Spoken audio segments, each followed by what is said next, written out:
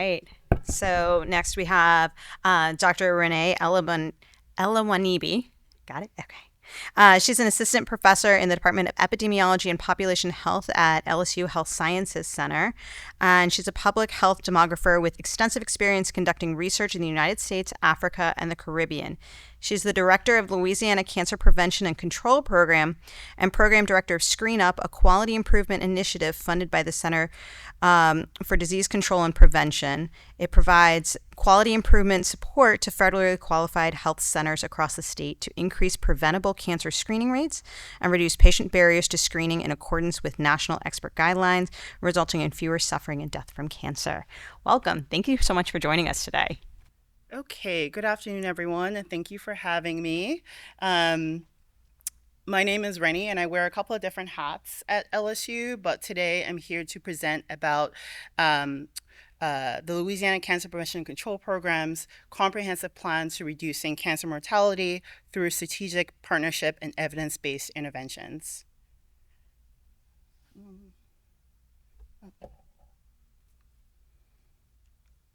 Okay. So this is my agenda for today. I'll start off with a brief overview of statewide cancer data. Then I'll discuss LCP, all our programs, and our strategies for addressing cancer in Louisiana. And then there'll be some time at the end for questions. Throughout the presentation, there'll be QR codes, so feel free to scan those whenever they come up if you would like more information about whatever's on the slide. All right. So I want to set the stage by reviewing statewide cancer statistics for screenable cancers. Nearly 26,000 Louisianans are diagnosed with an invasive form of cancer each year, and over 9,300 people die from cancer annually in Louisiana. Currently, Louisiana has the 5th worst rate of new cancers and the 7th highest cancer death rate in the United States. So what I have here is data from the Louisiana Tumor Registry. They create these maps that allow us to pinpoint areas with the highest incidence or mortality rates, as well as see disparities by race and gender. Using the filters on the side here, you can customize specifics regarding mortality, incidence, sex and race. The maps that we're reviewing today are the most recent maps from 2016 to the 2021 data cohorts. We have to look at data in terms of cohorts because of the small number of cancer sizes in the state. So as you can see here, the highest cancer mortality rates are spread out throughout the state, with our highest rates in the north and central Louisiana, essentially the most rural parts of the state. By scanning this QR code, you can go to the Tumor Registry website yourself and manipulate the filters and receive breakdowns of your specific parish data. So going into a little more detail about each of the different cancers, lung cancer is the number one leading cause of cancer death in Louisiana. As you can see, the highest mortality rates are clustered in the northeast and southwest of the state, as well as other parishes in deep purple. Mortality rates are decreasing. However, Black males are significantly more likely to die from lung cancer than their white male counterparts. On the screen, you can see the screening ages and exposure triggers, such as family history, chemical exposure, and pulmonary fibrosis. Again, by scanning the QR code, you can see one-pagers for each of these cancers as I go through. Breast cancer is the second leading cause of cancer death among women in Louisiana. Louisiana also ranks 4th in the U.S. for female breast cancer deaths. As you can see in the deep purple, we have a cluster of, I might butcher some of these parish names, I apologize. Sabine, Natchitoches, Vernon, Rapides parishes, with a few outliers throughout the state. Additionally, Black females are more likely to be diagnosed with breast cancer than their white female counterparts. Now, this data does exclude triple-negative breast cancer, which statistically impacts Black women at higher rates. However, that particular information can also be viewed on the Tumor Registry website. Colorectal cancer is the 4th leading cause of death in Louisiana. Across the US, it is ranked fifth in mortality rates due to fifth in mortality rates. People are being diagnosed with colorectal cancer earlier and earlier. Thus, we are also seeing large numbers of those in their 30s and early 40s being diagnosed with colorectal cancer. So much so that by 2030, colorectal cancer may be the number one cause of death in the state in those under 50. As you can see here, our mortality rate is high across the entire state. This is likely due to our culture and lifestyle, as cancer is highly impacted by lifestyle factors. Aside, we see a lot more deep purple in this map compared to some of the previous data we reviewed. We have multiple clusters, specifically in regions 4 and 6.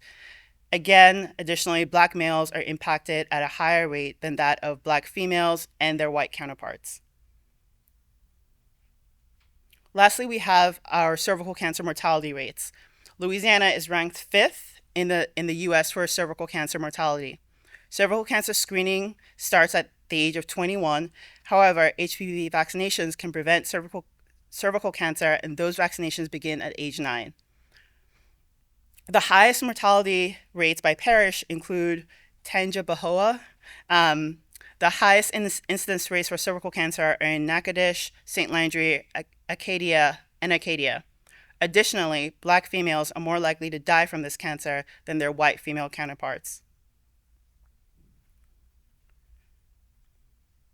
So I always like to start off with data. The data that we've seen shows significant racial and geographic disparities across populations and regions of the state when it comes to how cancer is identified and treated. Through the efforts of the Louisiana Cancer Prevention and Control Programs, these disparities and trends are being directly addressed. So this is kind of a timeline of how the program grew. The mission of LCP, I'll refer to this right now, is to eliminate suffering and death in Louisiana by focusing on cancers that can be prevented, detected early, and cured.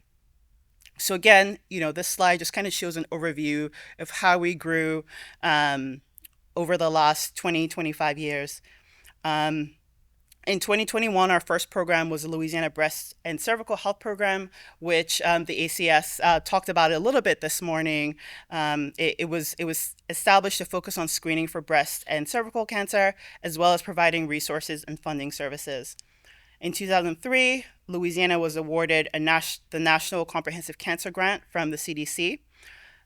This program works with organizations at the community level to address cancer disparities and community impacts. In 2014, the Louisiana Colorectal Cancer Roundtable was commissioned to be modeled after the National Colorectal Cancer Roundtable, committed to supporting the 80% by 2018 initiative. In 2015, LCP was awarded funding for colorectal cancer quality improvement programming. And in 2019, the Louisiana Healthy Communities Coalition was established to convene local coalitions from around the state and awarded its first community grants. In 2020, ScreenUp launched to provide quality improvement support for community clinics to increase screening rates for colorectal, breast, and cervical cancer screening. And in 2024, we launched our patient navigation program, and I'm going to talk about all these programs in a little bit more detail now. So again, before I go into this, I always like to start off with data, because I'm a data person, but also so we could all kind of visualize the presence and burden of cancer in our state, and so that I can underscore that how our programs are data-driven.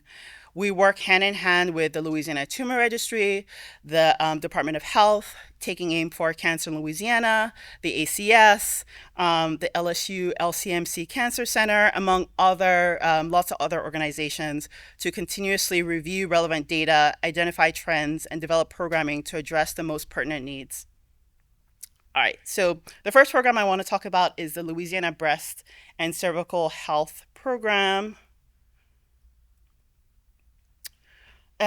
Again, Jasmine Watts talks about this a little bit in this morning, but we provide MAMs and PAPs to uninsured and underinsured women across the state. There is some minimal eligibility requirements, but for the most part, we provide no-cost screening for all women across Louisiana. Even if you have insurance or you don't meet the eligibility criteria, we will still help you find a place to get screened. That's the community linkages aspect of the program. So we really try and help every woman that calls us with or without insurance. This is a map of all our clinic partners and locations across the state. If anyone here works in a clinic and would like to join our network, please let me know. We have some gaps and we'd love to have service providers across the state. This is our impact. So in the last 11 years, we have seen 86,876 uninsured women, almost 1,500 breast cancers detected, over 200 cervical cancer have been detected. We've navigated almost 19,000 women. So these are women with insurance, and they called us and we helped them find a provider. And then we also have some quality of care. So this program is national, but the Louisiana Breast and Cervical Health Program is the local state-run aspect of this. Okay. The next program is the Louisiana Comprehensive Cancer and Control Program. This is the planning and partnership arm of LCP. It is responsible for building partnerships and developing and implementing the state cancer plan across Louisiana. It also convenes all these groups here, the Louisiana Healthy Coalition and the Louisiana Colorectal Cancer Roundtable. So if you want to see the cancer plan, that's the QR code up there. The cancer control plan reflects the work and input of organizations around the state and is based on the latest available data and evidence-based practices. The strategies included in the plan reflect current and planned cancer control efforts. The plan provides a detailed picture of cancer in our state and is intended to inspire, inform efforts, and encourage new connections within the cancer control community. The overarching objectives of the plan is to reduce cancer incidence and mortality, increase cancer screening rates, and improve the quality of life for cancer survivors. So this is an overview of the plan. As you can see, the strategies address multiple points on the cancer control continuum, addresses more than one cancer site, and impacts different levels. So this is a coalition run under the Comprehensive Cancer Program, the Louisiana Healthy Communities Coalition. Mission is to build healthy, thriving communities by mobilizing these communities to develop and implement policy, systems, and environmental changes.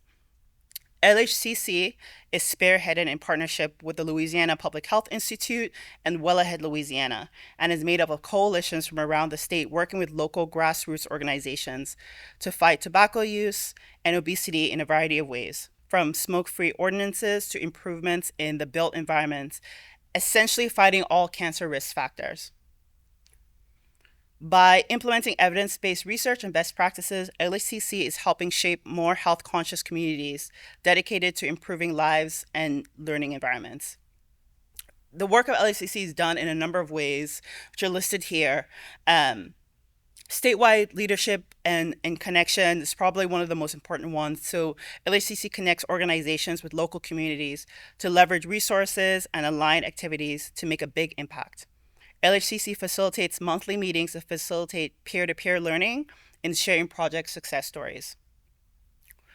Communication support. So we at LCP, we have a communications team, and our team provides communities with reliable health information, training, materials, and resources.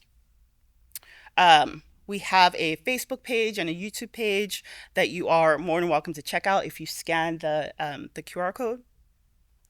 LHCC also hosts an annual summit where we convene inspiring leaders, local elected officials who prioritize health, subject matter experts, and community coalition members together in different regions of Louisiana every year. The event is held in different regions in the state year to year and typically includes opportunities to learn new skills and network. And then finally, our community grants. Each year, we fund community grants to projects across the state that focus on policy, systems, and environmental changes specifically related to tobacco prevention, healthy foods, and physical activity promotion.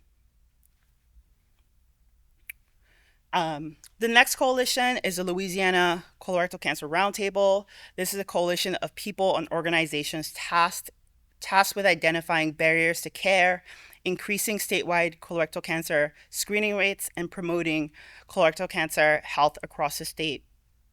LCCRT has these two goals for the year, and that is to increase colorectal cancer screening rates in Louisiana to 80%. We're currently at about 69%. So still a lot of work to do. And then the second goal is to reduce and or address health disparities associated with colorectal cancer. So these are some of the current strategies and plans for the upcoming year. I do have another talk tomorrow where I'll go into this in a little bit more detail. So shameless plug for my talk tomorrow. But you can also scan the QR code if you're interested in joining the roundtable or learning more about LCCRT. All right, so Screen Up is a program of LCP that focuses on quality improvement work in clinics and health systems across Louisiana. The overall goal is to increase cancer screening rates in every Louisiana community, and we do that by providing quality improvement support to federally qualified health centers to increase cancer screening by implementing EBIs, or evidence-based interventions. The program targets clinics with low screening rates, usually less than 60%, in areas with the highest number of new cases of late-stage cancer, and high rates of populations with Medicaid or uninsured folks. The Screen Up team works closely with all programs within LCP to identify target areas reviewed earlier in the presentation. So these are the interventions that we work with clinics to implement. They're evidence-based, and they are proven and recommended by the CDC. There are four main ones: provider reminders, provider assessment and feedback, patient reminders, and reducing structural barriers.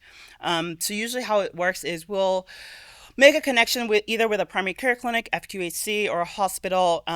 We'll do an initial evaluation, see where they are with some of these interventions, and help coach them to make these interventions stronger if they already have them, or implement them if they're not already doing so. And then there are a few different supporting activities as well: patient navigation, health IT, provider education, and small media that we also work with the clinics to implement.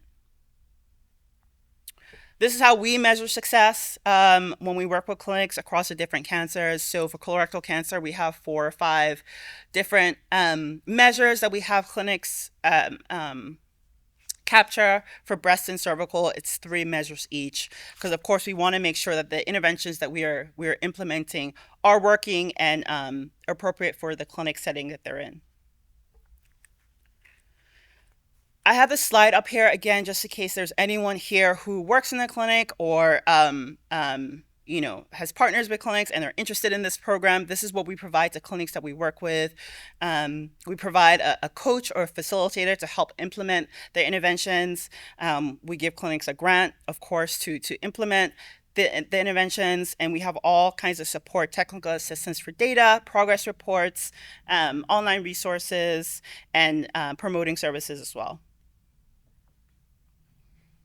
So this slide just highlights some of our successes so far over the last 5 years. On this side is a brag sheet that we usually create for our clinics, so they can take to their leadership and for their promoting their services to see how much progress they've made working with us. So this is Baptist Health and the progress that they made. And some of the other clinics we've worked with, success looks different in different places. So in Care South in Baton Rouge, we worked with them to establish a relationship with a GI specialist.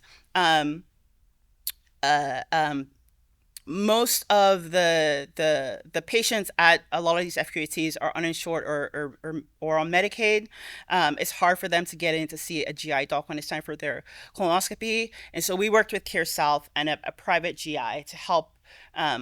Once a month, he clears his calendar and he sees all the patients from this clinic. Similarly, for inclusive care in, I want to say Marrero, we work with them to create a partnership with Quest Lab to get their patient fit test results in a more streamlined and efficient way. And then with Odyssey House in New Orleans here, we've been working with them a lot on their data reporting and EHRs and just being able to see patient lists and creating reminders based on patient lists. So finally, this is our newest program. It's our patient navigation program. Last year, we launched a statewide virtual patient navigation referral system to address community cancer screening gaps. And so we hired 3 nurse navigators and trained CHWs across the state in collaboration with the Louisiana Community Health Outreach Network. And essentially, the referral system is accessible by a QR code, a website link, or a toll line, allowing anyone in the community to connect with cancer screenings. So they use one of those 3 methods. To reach us, they have to fill out a referral form that collects information on insurance status, language assistance services, cancer screening needs, their zip code, date of birth, and whether they are symptomatic. And then referrals are sent to our nurse navigators via RedCap who obtain the information, who obtain more information such as demographics, screening barriers, and enroll patients in an SMS communication so they can also kind of text back and forth with the individual and essentially navigate them to an appropriate service provider based on their needs. So we have these cards that are going to be flooding the community pretty soon. This is the back and the front of the card, what it looks like. So it has information for community members to get in touch with us. So in closing, LCP's work primarily focuses on prevention and early detection, and we have a ton of outreach events every year. We provide resources for patients, providers, those in Congress, advocacy groups, all based on data and evidence. But of course, that's just one aspect of the cancer continuum. There are lots of people in this room who work in different spaces, and I would be happy to connect with anyone working across the cancer spectrum to reduce the burden of cancer in Louisiana. This is how you can contact us, and I'd like to thank the entire staff and team at the Louisiana Cancer Prevention and Control Programs. And I'd especially like to thank my Gen Z colleagues for helping with all the QR codes on the slides. So thank you, and thank you for having me.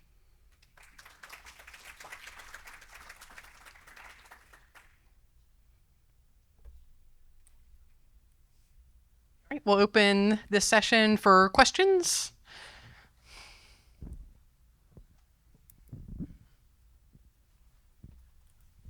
Thank you very much. Great talk. So I'm a thoracic surgeon. I focus mainly on lung cancer, and lung cancer, as you know, kills more people than all those cancers combined in Louisiana and nationwide. But there's a lot of designated programs for colorectal, breast, cervical, and not the same programs for lung. So under this large umbrella, is there one specific program that would be focused on lung cancer? And if so, why not? And if so, when? Yes, so we are working on it currently. We have some. I didn't talk about it explicitly because we don't have a ton of information, but we are working on it, and that is the next cancer that we're hoping to include in our portfolio. So definitely reach out if you're interested. I'd be happy to connect with you. Donna, do you want to add? Yeah. Yeah, and I'll comment on that a little bit. Hi, I'm Dr. Williams with the program as well. We work very, very closely with the TFL out of LPHI with their tobacco cessation and tobacco control efforts, and also very, very closely with the tobacco cessation program, because there are those big existing programs in the state. They're part of our coalition work, but we don't try to recreate what they're doing, but we are partnering with them on the navigation, and we're working to try to get in the quit line automatic referral for screening for people who qualify. So all this is under development. We realize how, I mean, this is our next big priority.